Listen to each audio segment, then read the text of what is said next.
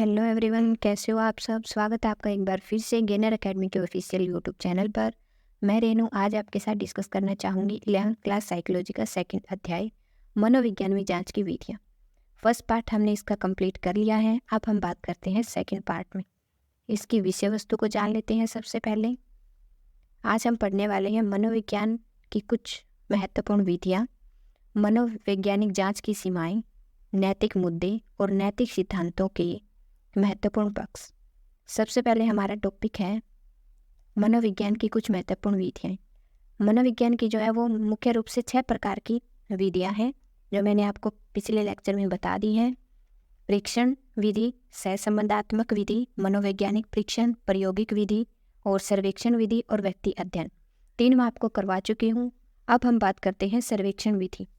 सर्वेक्षण विधि में क्या होता है जान लेते हैं हम। सर्वेक्षण अनुसंधान को किसे कहते हैं?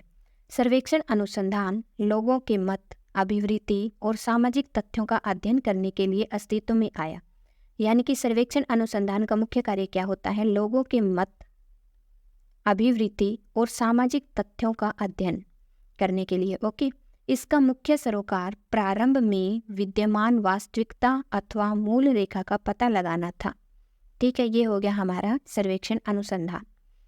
अब है सूचनाएं एकत्रित करने के लिए विविध प्रकार की तकनीकें होती है। यानी कि सूचनाओं को एकत्रित हम किस किस तरीके से कर सकते हैं मनोविज्ञान में।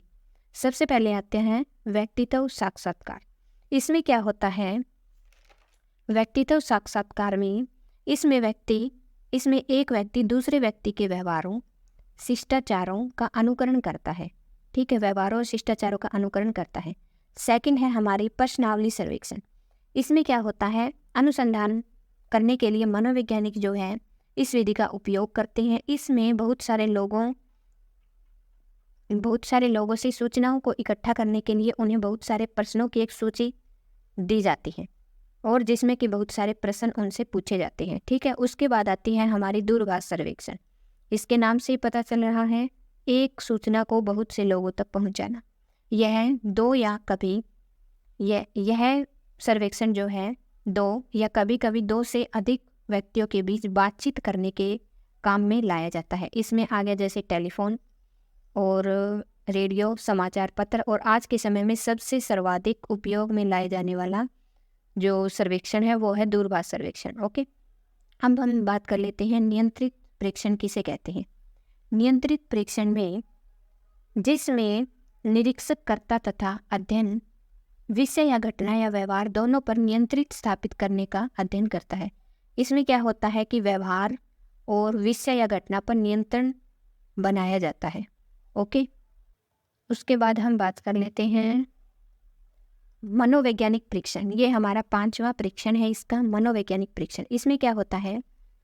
मनोवैज्ञानिकों ने विभिन्न विशेषताओं जैसे बुद्धि, अभिक्षमता, व्यक्तित्व, रुचि, अभिवृत्ति, मूल्य, शैक्षणिक उपलब्धि आदि के मूल्यांकन हेतु विभिन्न परीक्षणों का निर्माण किया है। ठीक है, इसमें जो है तकनीकी रूप से मनोवैज्ञानिक परीक्षण मानकीकृत एवं वस्तुनिष्ठ उपकरण होते हैं। ओके, इसके कुछ पॉइंट है विश्वसनीयता, बाध्यता और मानक। इन बातों का ध्यान रखा जाता है। सबसे पहले हम बात कर लेते हैं विश्वसनीयता क्या है। तो विश्वसनीयता में क्या होता है? यदि कोई पैमाना समान परिस्थिति में एक समान माप देता है तो इसे विश्वसनीय कहा जाता है। यानी कि कोई भी व्यक्ति कोई परीक्षण करे उसका मान जो है वो हमेशा समान रहेगा। एक पैमाना जो है एक माप देता है, वो चाहे किसी भी व्यक्ति के ऊपर जो है उसका परीक्षण किया जाए। ओके, उसके बाद हम बात करते हैं वैधता की। तो वैधता में क्या होता है? वैधता परीक्षण के उपयोग योग्य होने के लिए, परीक्षण का उपयोग करने के लिए, उसको योग्य बनाने के लिए उसकी वैधता का होना आवश्यक है। वैधता का संबंध इस प्रश्न से है कि किया गया परीक्षण उस चीज का मापन कर रहा है जिसका कि वह मापन करने का दावा करता है। यानी कि वैधता में क्या होता है? जिस भी चीज का हम परीक्षण कर रहे हैं वो उस चीज का दावे के साथ ही कहता है कि हाँ, ये परीक्षण जो है सही तरीके से उपयोग में लाने योग्य है। ओके, फिर हम बात करते हैं मानकों की। मानकों का क्या अर्थ होता है? मानक समूह का सामान्य अथवा औसत निष्पादन देता है। यानी कि मानकों का मुख्य कार्य होता है औसत निष्पादन देना किसी भी चीज़ का। ओके, फिर उसके बाद हम बात कर लेते हैं परीक्षण के प्रकार। इसी के अंदर है ये परीक्षण के कौन कौन से प्रकार है। इसमें भाषा के आधार पर जो है वो परीक्षण वाचिक, अवाचिक और निष्पादन 3 प्रकार के परीक्षणों का जिक्र किया गया है। देने की रीति के अनुसार जो है देने की रीति के आधार पर मनोवैज्ञानिक परीक्षणों को व्यक्तिक अथवा समूह परीक्षणों में विभाजित किया जाता है। व्यक्तिक अथवा समूह परीक्षणों में विभाजित किया जाता है। मनोवैज्ञानिक परीक्षण गति और शक्ति निरीक्षण के रूप में वर्गीकृत किए जाते हैं। यानी कि मनोवैज्ञानिक परीक्षण जो है गति और शक्ति परीक्षण के रूप में वर्गीकृत किए जाते हैं। अब हम जान लेते हैं जो है गति किसे कहते हैं। इसमें गति का क्या रोल है। गति परीक्षण की एक समय सीमा होती है जिसमें परीक्षार्थी को सभी एकांशों का उत्तर देना होता है। इसमें क्या होता है, यह एक समय सीमा होती है, इसमें परीक्षार्थी को सभी एकांशों का उत्तर देना होता है। शक्ति का अर्थ क्या होता है, शक्ति में जो है कोई जो है समय सीमा नहीं होती है। एक शक्ति परीक्षण में एकांशों को जटिलता से बढ़ते क्रम में व्यवस्थित किया गया है। यानी कि इसमें क्या होता है, एकांशों को जटिलता से बढ़ते क्रम में व्यवस्थित किया गया है। ओके, अब इसकी जो है लास्ट विधि हम जान लेते हैं, वो है व्यक्ति अध्ययन। इसके बारे में हम जानते हैं। इसमें क्या होता है, व्यक्ति अध्ययन में एक व्यक्ति विशेष को गहराई से अध्ययन करने पर बल दिया जाता है। इसमें जो है एक व्यक्ति का गहराई से अध्ययन किया जाता है इस विधि के अनुसार। ओके, व्यक्ति अध्ययन नैदानिक मनोवैज्ञानिक तथा मानव विकास के क्षेत्र में अनुसंधान का एक मूल्यवान उपकरण है। यानी कि नैदानिक मनोविज्ञान तथा मानव विकास के क्षेत्र में अनुसंधान का एक मूल्यवान उपकरण है कौन, व्यक्तित्व अध्ययन। ओके, उसके बाद हम जान लेते हैं इसी में है, ये भी व्यक्ति अध्ययन में ही फ्राइड क्या कहते हैं, फ्राइड की सोच जिसमें मनोविश्लेषण के सिद्धांत का विकास हुआ, वह उसके व्यक्तियों के विषय में परीक्षण एवं व्यवस्थित अभिलेख तैयार करने के कारण संभव हो सका। ओके, उसी प्रकार जो है पियाजे ने भी व्यक्ति अध्ययन पर बहुत सारे परीक्षण किए हैं। उन्होंने बताया है, पियाजे ने संज्ञानात्मक विकास के सिद्धांत का प्रतिपादन अपने 3 बच्चों के परीक्षण के आधार पर किया है। ओके, उसके बाद में हम जान लेते हैं प्रदत्त विश्लेषण। प्रदत्त विश्लेषण होती है सूचनाओं को एकत्रित करना। इसमें जो है मुख्य रूप से 2 प्रकार की विधियों का उपयोग किया गया है। नंबर 1 है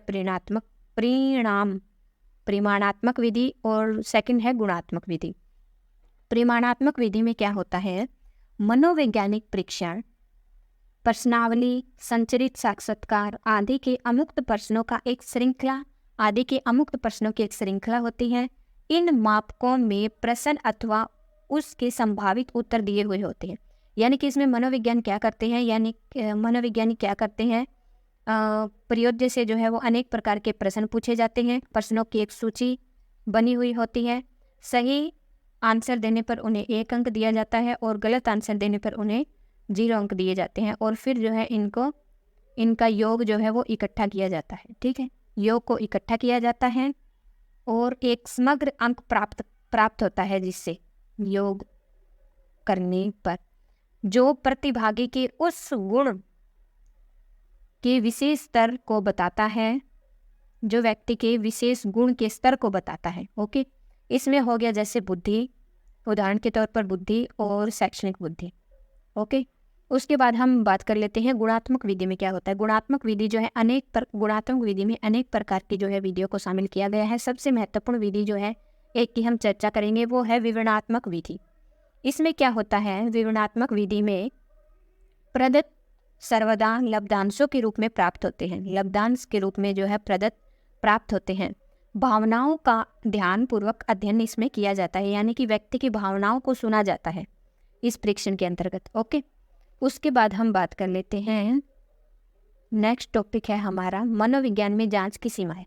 यानी कि मनोविज्ञान में जांच करते समय हमारे सामने अनेक प्रकार की सीमाएं आती हैं। मुख्य रूप से सीमाएं हमें दी हुई है, वास्तविक शून्य बिंदु का अभाव और मनोवैज्ञानिक उपकरणों का सापेक्ष स्वरूप, और उसके बाद है गुणात्मक प्रदत्तों की आत्मपरक व्याख्या। अब हम जान लेते हैं वास्तविक शून्य बिंदु का अभाव किसे कहा जाता है।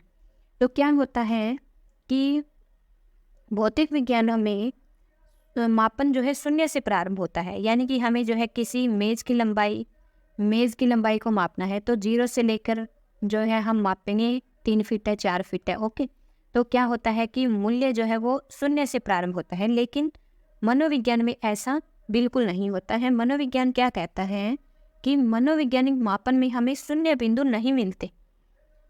इनका मानना है कि यहाँ पर हमें शून्य बिंदु नहीं मिलते। उदाहरण के लिए, इस दुनिया में किसी भी व्यक्ति की बुद्धि जो है वो शून्य नहीं है। ऐसा कोई व्यक्ति नहीं है जिसकी बुद्धि जो है बिल्कुल शून्य हो। इसीलिए जो हमारा मापन है उसका कुछ ना कुछ हमें आंसर मिलेगा, ना कि शून्य। ओके, ये जो है इसीलिए जांच की सीमाओं में शून्य बिंदु का अभाव है। ओके, अब हम जान लेते हैं मनोवैज्ञानिक उपकरणों का सापेक्ष स्वरूप। इसमें क्या कहा गया है, इसमें मनोवैज्ञानिक परीक्षणों का निर्माण किसी संदर्भ विशेष के प्रमुख पक्षों को ध्यान में रखकर किया जाता है। इसमें क्या होता है कि मनोवैज्ञानिक परीक्षणों का निर्माण जो है किसी संदर्भ विशेष के पक्षों को ध्यान में रखकर किया जाता है। ओके, फिर उसके बाद है हमारा गुणात्मक प्रदत्तों की आत्मपरक व्याख्या। इसमें क्या होता है, गुणात्मक अध्ययनों में प्रदत्त प्राय आत्मपरक होते हैं। ओके, आत्मपरक होते हैं क्योंकि इनकी व्याख्या अनुसंधानकर्ताओं एवं प्रदत्त प्रदान करने वाले करते हैं। एक व्यक्ति की व्याख्या दूसरे व्यक्ति से भिन्न हो सकती है। इसमें क्या होता है कि अध्ययनकर्ता एवं प्रदत्त प्रदान करने वाले होते हैं और व्यक्ति की व्याख्या जो है दूसरे से भिन्न हो सकती है। कोई ज़रूरी नहीं है हम 2-3 प्रयोजों के ऊपर कोई अध्ययन कर रहे हैं, उनकी जो व्याख्या है वो बिल्कुल सेम आए। एक व्यक्ति जो है दूसरे से भिन्न हो सकता है और होता भी है। ओके, फिर उसके बाद है कुछ नैतिक मुद्दे हमें मनोविज्ञान में दिए हुए हैं, इन्हें हमें जानना बहुत आवश्यक है। ओके, और ये इम्पोर्टेंट टॉपिक भी है। इसमें से बहुत बार क्वेश्चन पूछे जाते हैं कि नैतिक मुद्दों के बारे में बताएं, और ये क्वेश्चन है, ये भी बहुत बार एग्जाम में आता है। ओके, कि मनोविज्ञान में जांच की विधियों के बारे में बताइए, कौन कौन सी सीमाएं हैं। ओके, नैतिक मुद्दों में क्या होता है, अनुसंधानकर्ता से यह आशा की जाती है कि वह अपने अध्ययन के दौरान नैतिकता का पालन करेगा। ओके, यानी कि उन्हें कुछ नैतिक मूल्य दिए हुए होते हैं जिसे जिन नैतिक मूल्यों को अनुसंधानकर्ता को उसका पालन करना चाहिए।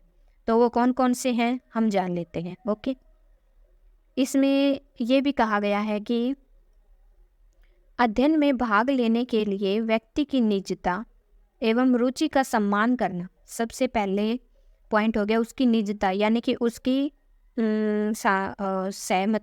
सहमति होनी चाहिए और जो है रुचि होनी चाहिए, रुचि का सम्मान करना चाहिए। अध्ययन के प्रतिभागियों के उपकार अथवा किसी खतरे से उसकी सुरक्षा एवं अनुसंधान के लाभ के सभी प्रतियोगियों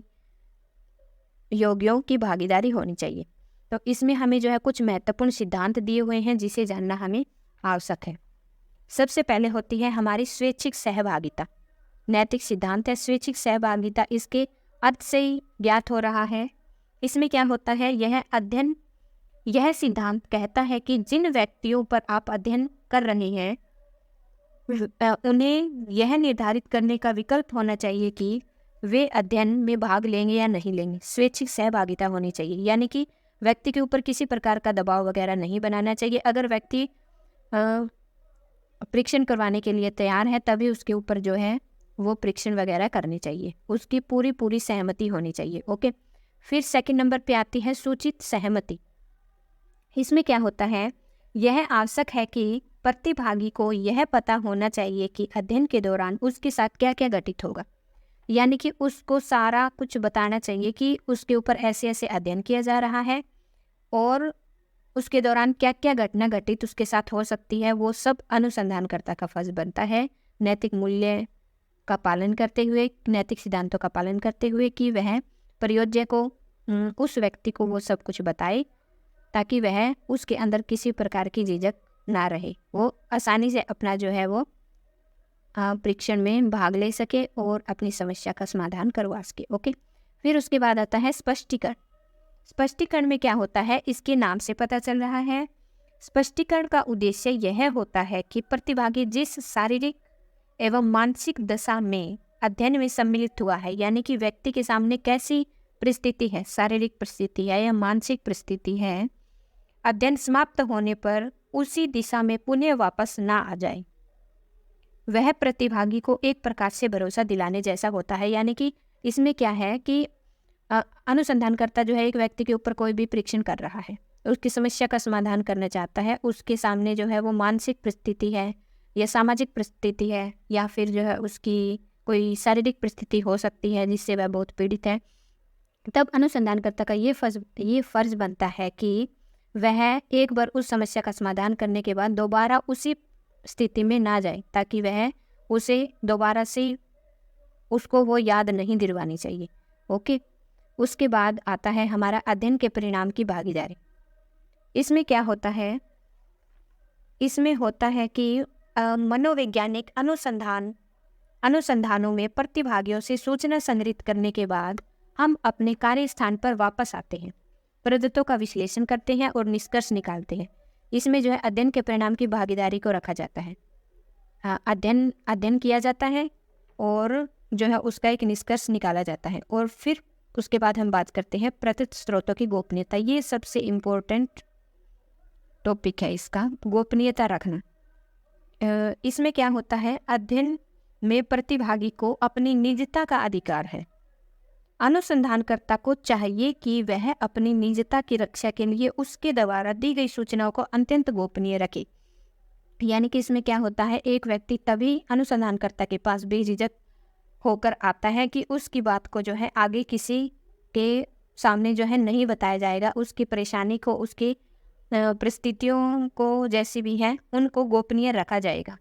ओके, पूरे तब जो है जब अनुसंधानकर्ता इन सभी जो सिद्धांतों का पालन करता है, तब व्यक्ति जो है पूरे निश्चित भाव के साथ जो है अनुसंधानकर्ता के पास आते हैं और अपनी समस्या का समाधान करवाते हैं। ओके, अनुसंधानकर्ता का फर्ज बनता है कि वह इन सिद्धांतों का बहुत ही अच्छे से पालन करे। इसीलिए इस चैप्टर में जो है अलग से एक ये टॉपिक रखा गया है, नैतिक मुद्दे। यानी कि बहुत सारे नैतिक कर्तव्य बनते हैं जिनका उन्हें पालन करना चाहिए। ओके, तो आज का हमारा ये चैप्टर होता है complete. Second chapter, third chapter इसी चैनल पे आपको मिल जाएगा, और इस लेसन के जो है वो इम्पोर्टेंट PDF और नोट्स भी आपको गेनर एकेडमी के ऑफिशियल वेबसाइट पर मिल जाएंगे। Okay, so thank you.